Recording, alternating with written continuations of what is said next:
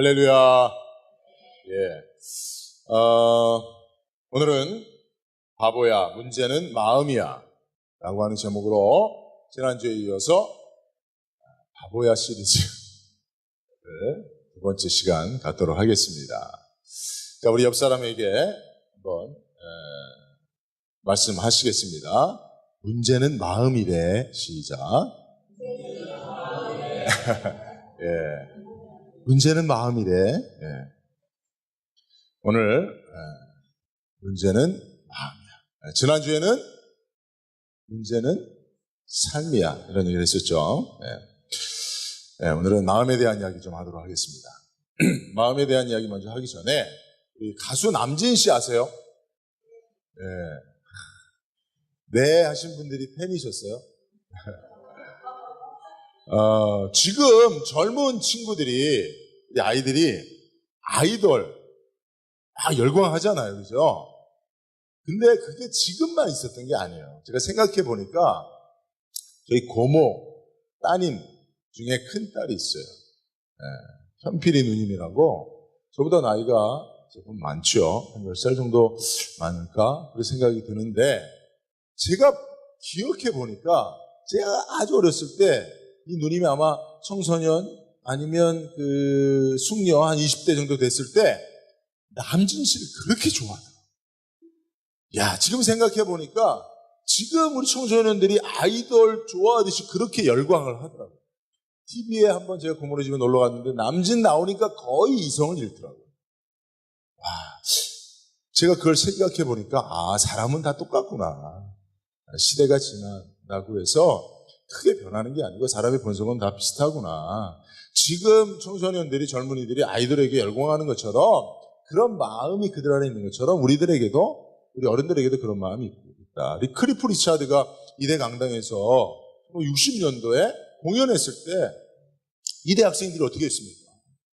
열광하고 막 속옷까지 벗어 던지고 그런 일이 1960년대에 있었다잖아요. 그렇죠? 우리는 다 그런 같은 마음들을 가지고 있는 것 같은데 어쨌든 그 한 시대를 풍미했던 그 스타 중에 남진 씨가 있어요. 근데 이 남진 씨가 갈수록 더 멋있어지는 것 같아요. 저는 사실은 나훈아파거든요. 저는 나훈아 씨를 좋아하는. 그래서 나훈아 씨 노래를 더 많이 잘 알아요. 그리고 나훈아 노래를 또 많이 부르고 했습니다. 갈무리 같은 노래 아세요, 여러분? 그런 노래 있어요.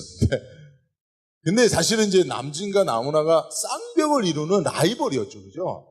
근데 이게 팬층에도 라이벌 의식이 강했어요. 왜냐하면, 나훈아 씨는 경상도 분이고, 남진 씨는 호남 분이야. 그래서 또 팬들도 이렇게 영호남으로 갈라져서 또 이렇게 분위기도 좀 다르고 그랬거든요.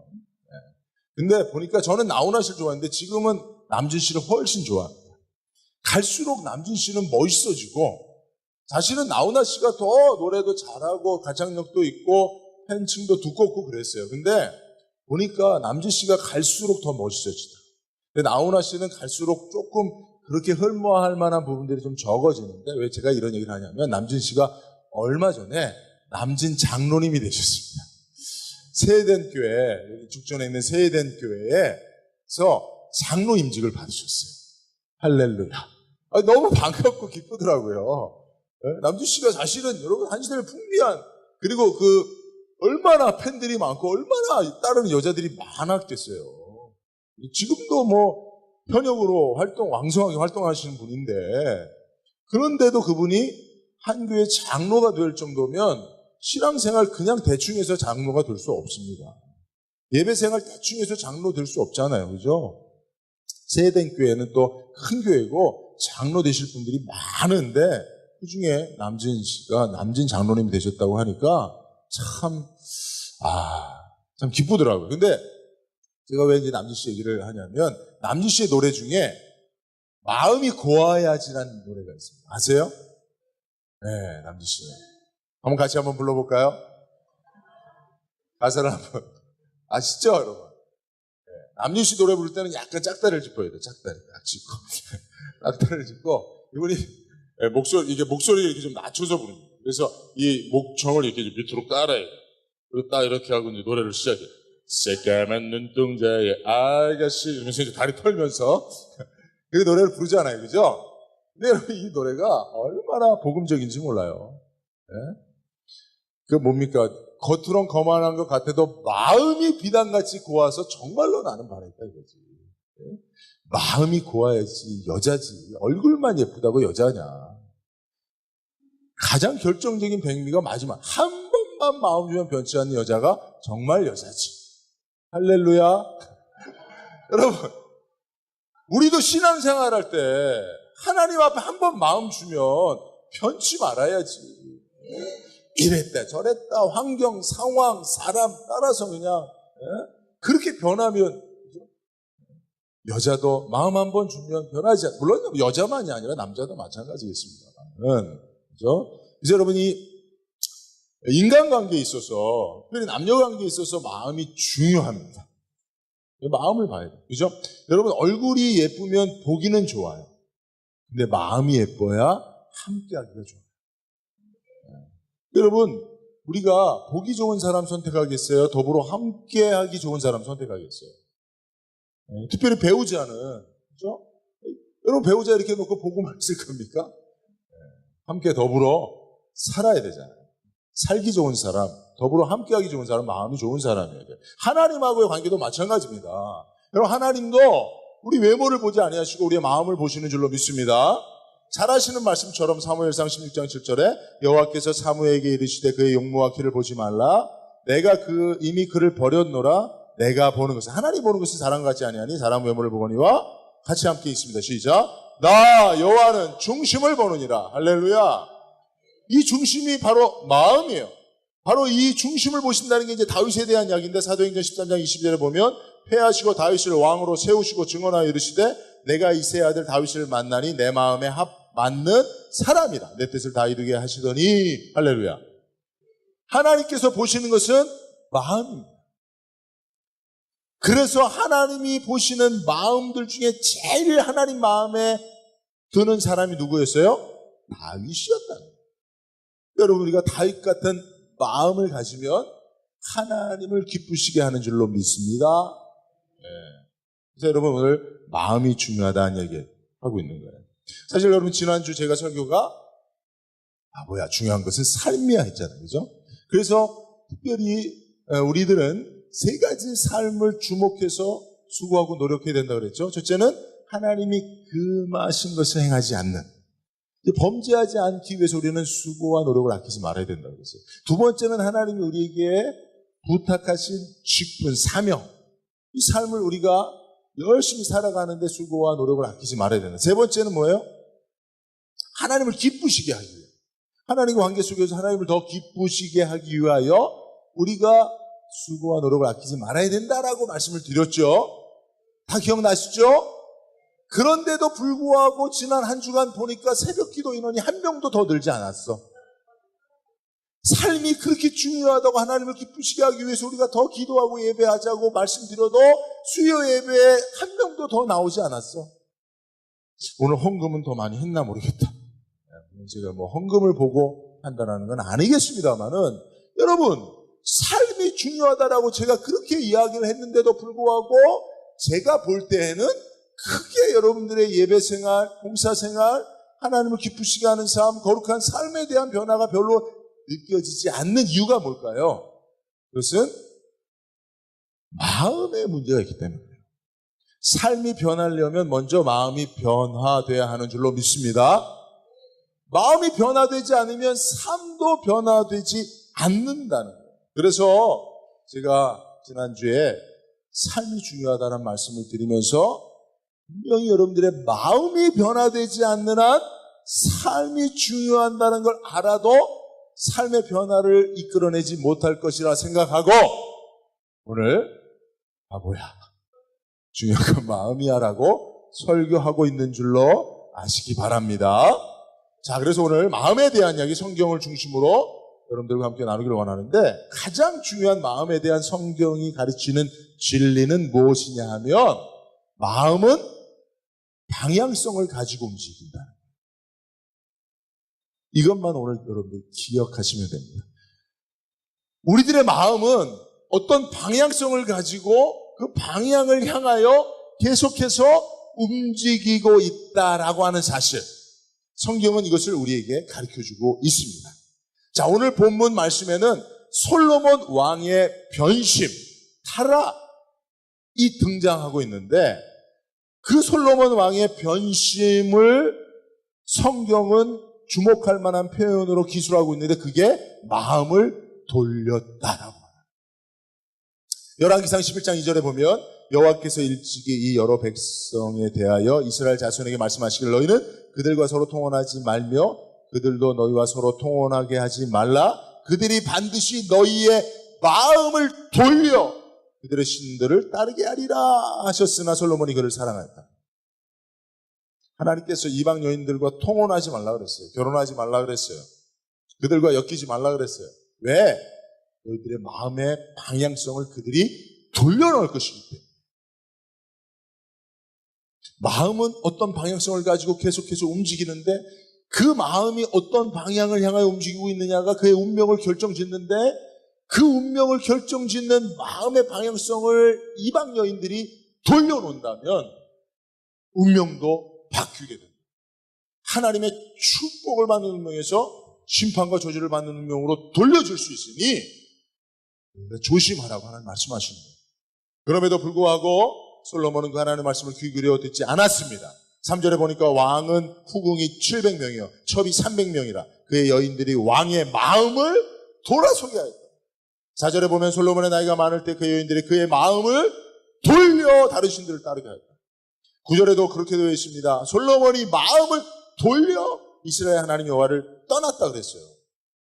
여러분, 솔로몬의 마음이 돌아섰어요. 솔로몬과 결혼한 많은 이방 여인들이 우상을 섬기는 이방 신들을 섬기는 여인들이 한 가지 목적을 가지고 똘똘 뭉쳐서 이루고자 했던 게 뭐예요? 결국 솔로몬의 마음을 돌려놓는 일이에요. 어디로 향하고 있던 솔로몬의 마음? 성전을 중심으로 하나님을 향하고 있었던 솔로몬의 마음, 그 마음의 방향성을 어떻게든지 돌려놓으려고 많은 이방 여인들이 한 가지 목적, 이것을 이루기 위해서 똘똘 뭉쳐서 결국은 성공했다는 거예요. 그래서 말년에 솔로몬의 마음이 돌려졌어요. 마음이 하나님께로부터 돌아섰어요. 그러고 나니까 솔로몬의 운명, 하나님의 모든 축복 다 바뀌어지게 됐다는 거예요.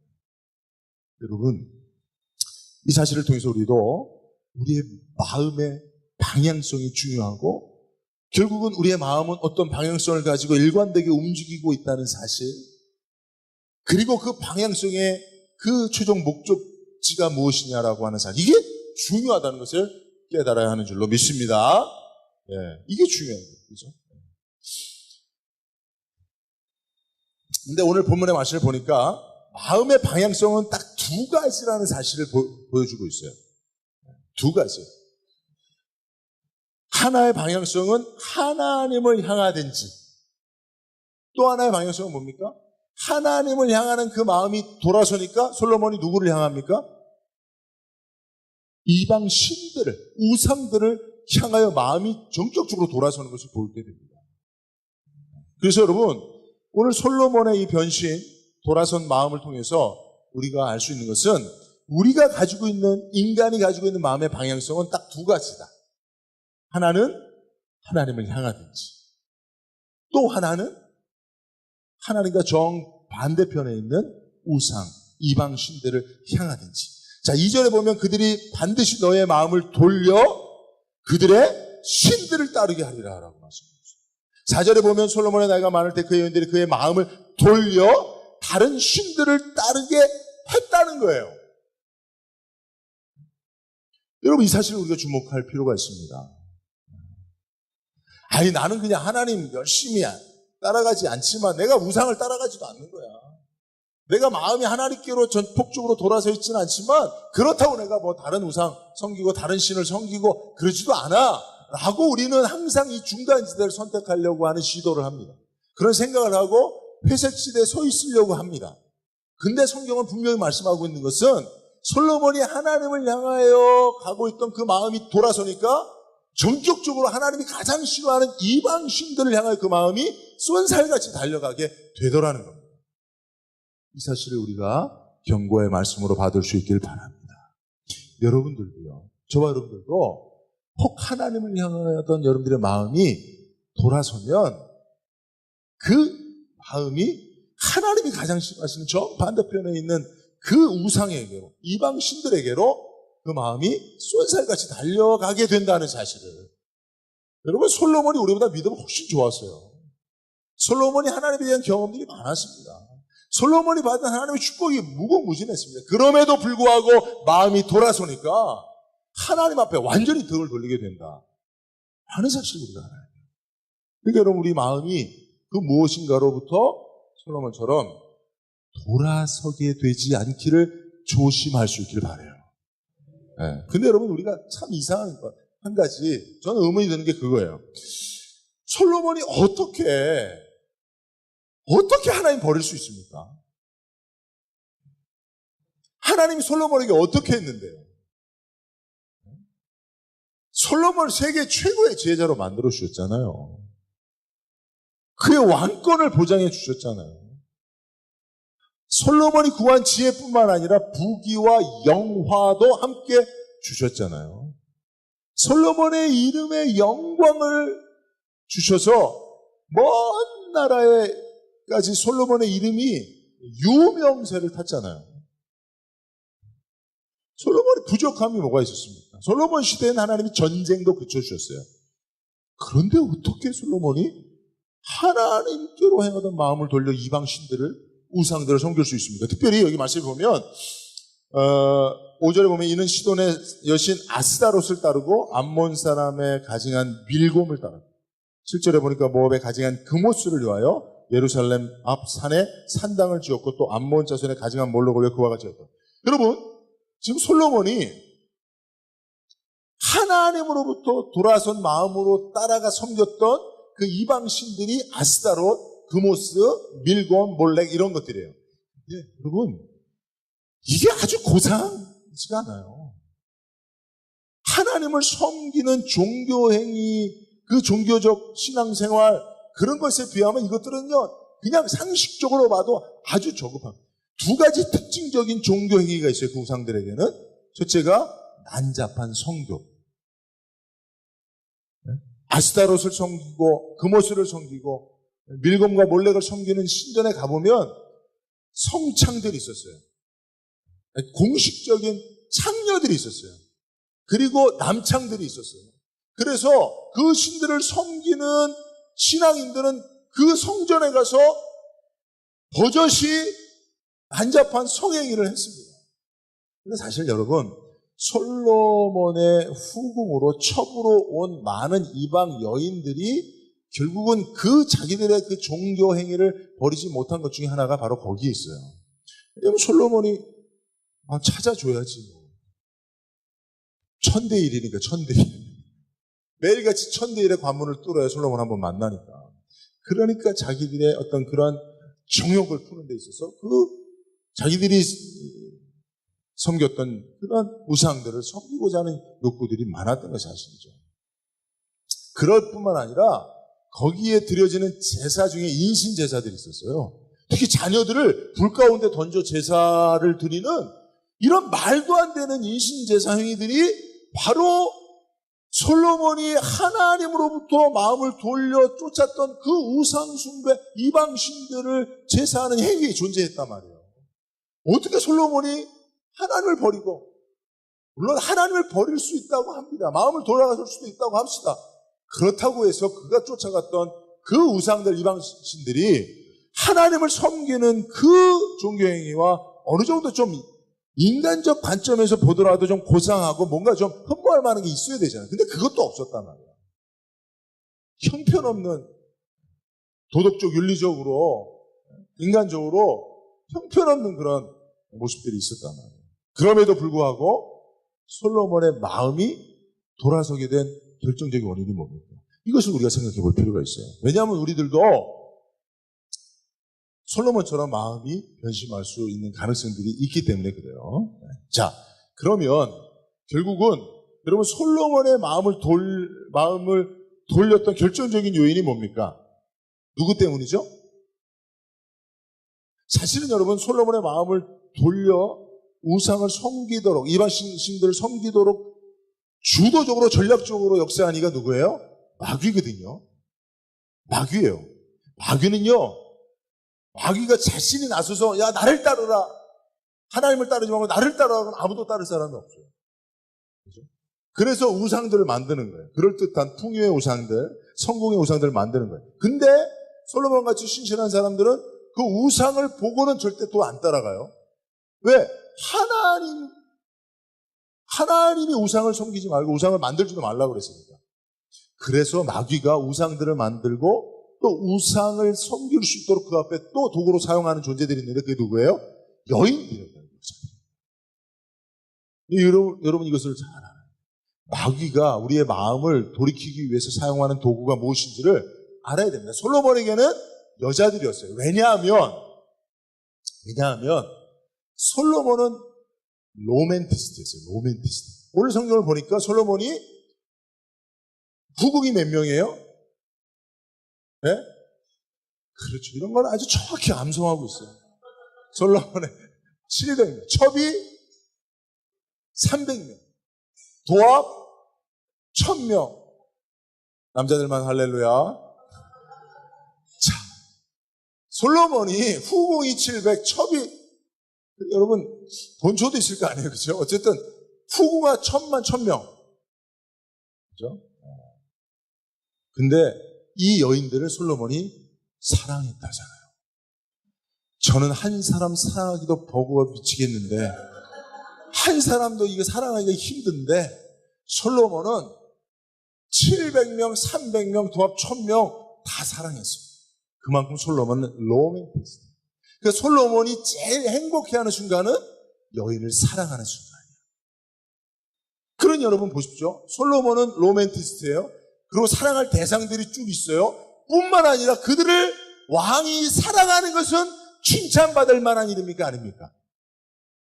칭찬받을 일이죠. 1000명이나 후궁을 데려다 놓고 한 여인만 지극히 사랑해봐. 네? 그러면 999명이 욕하지. 그리고 그 많은 신하들이 왕이시여 골고루 사랑해 주시기를 통촉하여 그러지 않겠어요, 여러분? 그게 맞는 거예요. 그리고 다 그게 정략적으로 데리고 온 이방 여인들입니다. 이방 민족들과의 평화를 위해서 그들의 공주들 또 그들의 딸들을 이렇게 데려다가 정략 결혼한 거예요. 그러니까 솔로몬이 힘이 있으니까 그렇게 할 수 있었어요. 그리고 그것을 통해서 솔로몬이 각 나라와 평화를 구축해 갔어요. 그런데 예를 들면 애굽의 공주를 데려다 놓고 들여다도 안 보면 애굽 왕이 아빠 솔로몬이 내 처소에 한 번도 안 와. 그러면 아빠가 열받겠어요? 안 받겠어요? 그러면 전쟁이 날 가능성이 높아져요? 안 높아져요? 그러니까 왕이 로맨티스트에다가 그렇게 사랑하는 행위를 즐거워하고 또 실제로 그렇게 하는 것 자체가 국가와 평화 안녕과 외교상으로 좋다면 솔로몬이 그렇게 사는 것 잘하는 일이죠. 그죠? 그런데 거기에 함정이 있어요. 그것을 따라가다 보니까 그 상황을 따라가다 보니까 자기가 사랑하고 좋아하는 것들을 따라가다 보니까 결국은 무엇을 잃어버려요? 마음의 방향성을 잃어버렸다. 하나님을 향하던 솔로몬의 마음의 방향이 그 여인들을 향하게 되고 근데 여인들을 향하는 것까지는 좋은데 사실은 그 여인들의 배후에는 우상들이 있었고 그 우상의 배후에는 하나님으로부터 마음을 돌려 자기를 향하게 하는 마귀의 역사가 있었단 말이에요. 그러니까 솔로몬이 여인들을 향한 마음이 돌아선 순간 그 종착역인 이방 신들 마귀를 섬기는 데까지 가게 되고 솔로몬의 하나님을 섬기는 그 모습과는 도저히 상상도 안 되는 이신 제사와 나잡한 성교 이런 것에 빠지게 됐단 말이에요. 그래서 여러분 우리가 결과론적으로 보면 이해가 안 되지만 그 과정을 보면 누구도 아멘이 아니라 이해가 될 수 있어요. 그렇죠?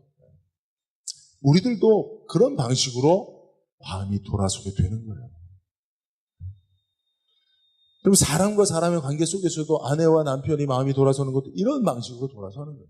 남편이 낚시를 좋아하기 시작하고 친구들 만나서 술 한잔 하는 거 좋아하기 시작하고 또는 일에 빠져서 열심히 일하는 거 좋아하고 그러다 보면 결국은 중요한 마음의 방향성을 잃어버리는 거죠. 아내와 가족들을 향한 마음의 방향성을 잃어버리게 되는 것이죠. 이런 것이 결국은 우리의 신앙의 생활에도 존재한다는 거예요. 그게 솔로몬이 대표적으로 우리에게 주는 반면 교사라는 거죠. 그래서 우리가 이것을 솔로몬으로부터 배워야 됩니다. 실제로 지금도 여러분 마귀는 존재합니다. 여러분 이 세상에 영적 세계가 존재하잖아요. 예수가 존재하는 건 예수 믿는 이 교회 성도들이 있기 때문에 우리는 그것을 알 수가 있어요. 여러분 예수님이 계시지 않으면 하나님 계시지 않으면 우리가 이렇게 예배할 이유가 뭐가 있습니까? 물론 그것이 완전한 하나님 존재, 신존재 증명이 될 수는 없지만 여러분 쉽게 우리가 생각하면 그럴 수 있어요. 여러분 저는 마귀가 존재한다는 사실은 마귀의 종로로 타는 귀신들을 섬기는 무당들을 통해서 확신할 수 있었어요. 무당들을 만나보니까요, 무속인들을 만나보니까 다 신들을 섬기고 있더라고. 그 신에 완전히 지배받고 있더라고. 그 신이 원하는 대로 순종하고 있더라고요. 그의 모든 마음의 방향성이 그것을 향하고 있더라고요. 남편과 아내가 있어요. 그러나 남편과 아내는 마음 밖에 있어요. 그들은 절대로 자기가 그 귀신을 섬기는 무당들의 마음을 절대로 아내와 남편이나 자식들에게 또는 다른 것에 돌리지 못하도록 마귀가 꽉 잡고 있어요. 왜냐하면 여러분 우리의 마음이라는 것은 한 가지 방향성만을 가지고 움직이게 되어 있기 때문에 그렇습니다. 특별히 영적 세계에 있어서 하나님이냐 하나님 아니냐 둘 중에 하나라는 사실을 보여주고 있기 때문에 그래요.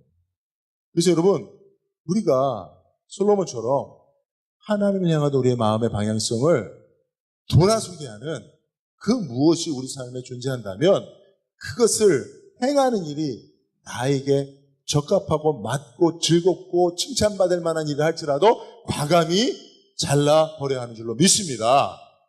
왜냐하면 하나님께서 이것을 기뻐하지 않기 때문에 그래요. 자, 솔로몬의 이 행위를 하나님께서 어떻게 보시느냐, 어떻게 반응하시느냐, 이게 중요합니다. 이것은 우리가 하나님을 향하던 마음이 돌아설 때 그대로 우리에게도 하나님이 반응하시는 것과 같습니다. 9절에 보면 솔로몬이 마음을 돌려 이스라엘의 하나님 여호와를 떠남으로 여호와께서 그에게 진노하십니다. 하나님이 진노하십니다. 여호와께서 일찍이 두 번이나 그에게 나타나십니다. 경고하여 나타나십니다. 11절에 보면 여호와께서 솔로몬에게 말씀하실 때 내게 이러한 일이 있었고 또 내가 내 언약과 내가 내게 명령한 법도를 지키지 아니하였으니 내가 반드시 이 나라를 내게서 빼앗아 내 신하에게 주리라 심판을 선언하세요. 여러분 물론 이것은 하나님의 사랑입니다. 하나님이 사랑하지 않는 자는 하나님이 경고하시기도 반하시지도 심판하시지도 않아요. 그것을 유기라고 하죠. 버려도. 여러분 진짜 여러분 남편이 밖에서 바람 피다가 걸렸어요 아내한테. 여러분 남편이 핸드폰에 락을 걸어놓으면 80%라고 그러더라고요. 집에 와서도 락을 풀지 않고 있습니다. 집에 와서는 락을 풀으세요 여러분. 의심받지 않으려면. 그리고 둘이 같이 식사하는데 핸드폰을 엎어놓으면 또 80% 이상이라고 그러더라고요. 또 서로 이렇게 대화를 하는데 핸드폰이 이렇게 엎어놓잖아요. 그죠? 그리고 전화를 받는데 일어나 나가서 전화 통화하면 또 8, 90%. 여러분 의심하면 안 되겠지만 그런 일들이 없어야 되죠. 그죠? 여러분 자 그러다가 어쨌든 남편이 또는 아내가 뭐 바람피다 걸렸어요. 근데 아내가 남편이 바람피다 걸렸는데 아무렇게 반응도 안 해요. 별로 뭐 화내거나 슬퍼하지도 않는 것 같아요. 그러면 그게 진짜 무서운 거야. 그죠? 여러분 하나님이 우리의 마음이 돌아섰어.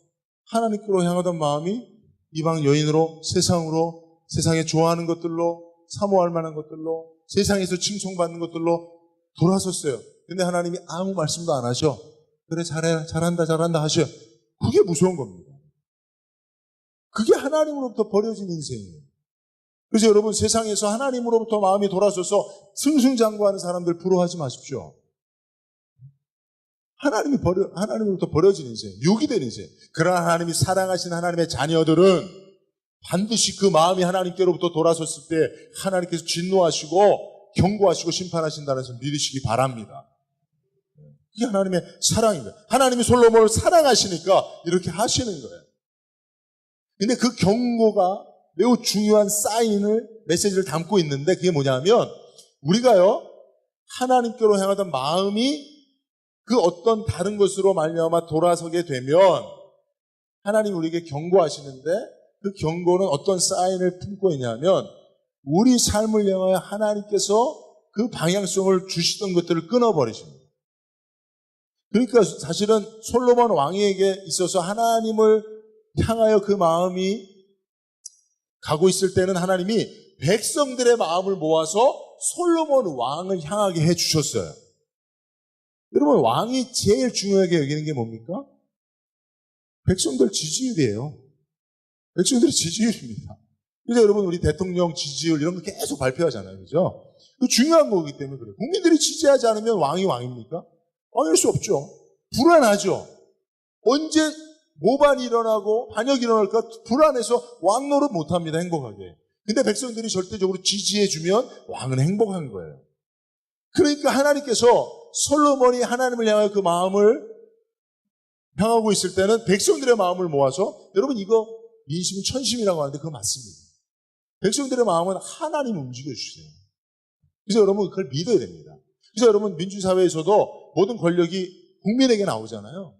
근데 성경은 모든 것이 하나님께로 나온다 그래요. 그러니까 민심이 천심인 게 맞아요. 그래서 여러분 우리가 그걸 믿으면 돼요. 국민들이 투표를 물론 투표를 잘 못할 수도 있지만 그러나 우리 예수 믿는 사람들은 하나님의 뜻이라고 믿으면 돼요. 그리고 거기에 순종하면 돼요. 네.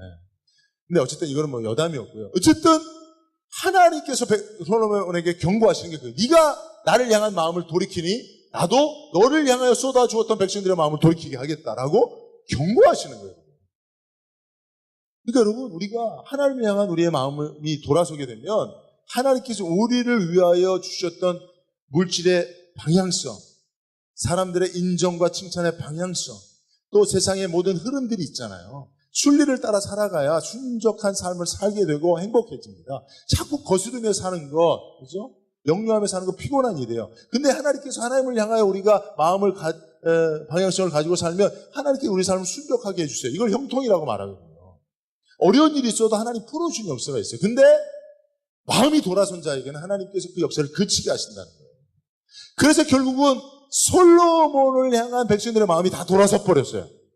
물론 다윗이 하나님을 향하여 평생에 그 마음을 돌이키지 않았기 때문에 그 아들 솔로몬 시대에는 하나님께서 백성들의 마음이 돌아섰지만 백성들로부터 반역이 일어나지 않도록 막아는 주셨어요. 근데 솔로몬이 죽자 그 아들 르호보암이 되었을 때 전격적으로 이스라엘 백성들의 모든 마음이 돌아서 버렸어요.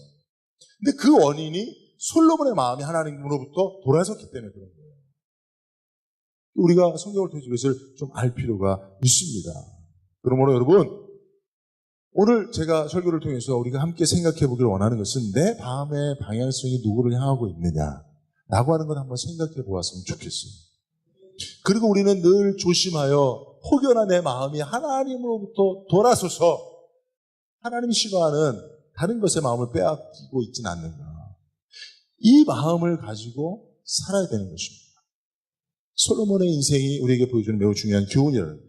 여러분 하나님이 성경을 통해서 회개를 중요하게 여기시는데 회개 아시죠? 회개. 회개라는 것이 뭡니까?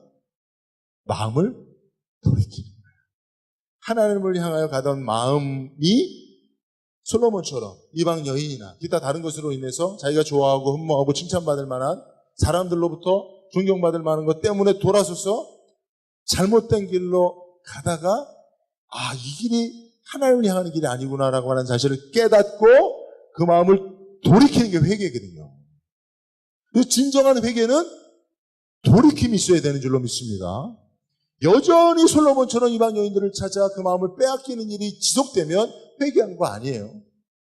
여러분들이 하나님보다 더 사랑하는 것 쫓아가면서 하나님을 향한 마음이 완전히 돌아선 상태에서 이거 잘못이지 이러면 안 되지, 이러면 큰일 나지, 하나님 앞에 매맞지, 그러면서도 여전히 그 길을 가면 그건 회개하는 게 아니에요. 깨닫지만 돌이킴이 있어야 되는 거예요. 삶의 변화가 있어야 됩니다. 오늘 여러분들의 삶에 전격적인 변화가 다시 있어지기를 주님의 이름으로 축원드립니다. 에스겔서 14장 6절에 보면 그런즉 너는 이스라엘 족속에게 이르기를 주 여호와의 말씀에 너희는 마음을 돌이켜 우상을 떠나고 얼굴을 돌려 모든 가진 것을 떠나라. 이게 회개의 매우 중요한 교훈이에요. 마음을 돌릴 때 얼굴도 같이 돌아가야 돼요. 그러니까 쳐다보지 말라는 거야. 마음을 하나님께로 돌이켜 회개했다면 쳐다보지 말라. 쳐다보지 말라. 화투창 갖고 자꾸 이렇게 원수 떼보면서 도박을 끊는다고 생각하지 마라. 여러분 옛날에 우리 저 세대 어른들이 그러셨어요. 도박이 많았어요. 그때 농번기 때 도박들 많이 하셨어요. 화투가 집안에 다 있었죠. 또 화투 때문에 도박 때문에 어려운 당하신 분들은 도박 끊었어. 이제 안 해. 절대 안 해. 그리고 그분이 하루 종일 하는 게 화투장 갖고 원수 떼는 거예요. 아시죠 여러분? 그러면 절대 못 끊어요. 돌이킬 수가 없어요. 마음이 거기 가는 거니까. 모든 것이 다 그렇습니다. 그러니까 이거 완전히 얼굴을 돌이켜야 돼요. 얼굴을 돌이켜요. 그죠? 네. 만나지 말아야 됩니다. 함께하지 말아야 됩니다. 동행하지 말아야 됩니다. 말도 섞지 말아야 됩니다. 절대로 엮이지 않아야 됩니다. 여러분들 그것이 무엇이든지 간에 하나님으로부터 마음을 돌이키는 것이라고 한다면 끊어버려야 돼요. 제가 자신을 우리 아내하고 교제할 때 너무 좋으니까, 또 아내가 저를 너무 좋아하니까 불안한 거예요. 하나님보다 더 사랑하고 좋아하면 안 되는데, 하나님보다 내가 더 좋아하면 안 되는데, 근데 제 마음도 그렇지만 제 아내의 마음이 더 그런 것 같아서 불안한 거예요. 우리 아내가 하나님을 향하여 그 사랑하는 마음을 나 때문에 돌아서게 할까봐 불안하더라고요. 왜냐면 그러면 내가 혼날 거 아니야, 하나님 앞에.